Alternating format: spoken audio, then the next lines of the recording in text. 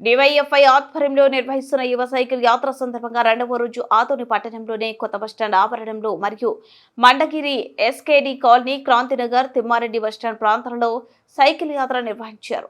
ఈ సందర్భంగా గంజాయి, డ్రగ్స్ రహిత సమాజాన్ని నిర్మించుకుందాం, యువత భవిష్యత్తుకు బంగారు బాటలు వేద్దాం అంటూ పెద్ద ఎత్తున నినాదాలు చేస్తూ నాయకులు సైకిల్ యాత్ర ద్వారా యువకులను కలుసుకుని మత్తు పదార్థాల ద్వారా వచ్చే నష్టాన్ని స్పష్టంగా వివరించారు.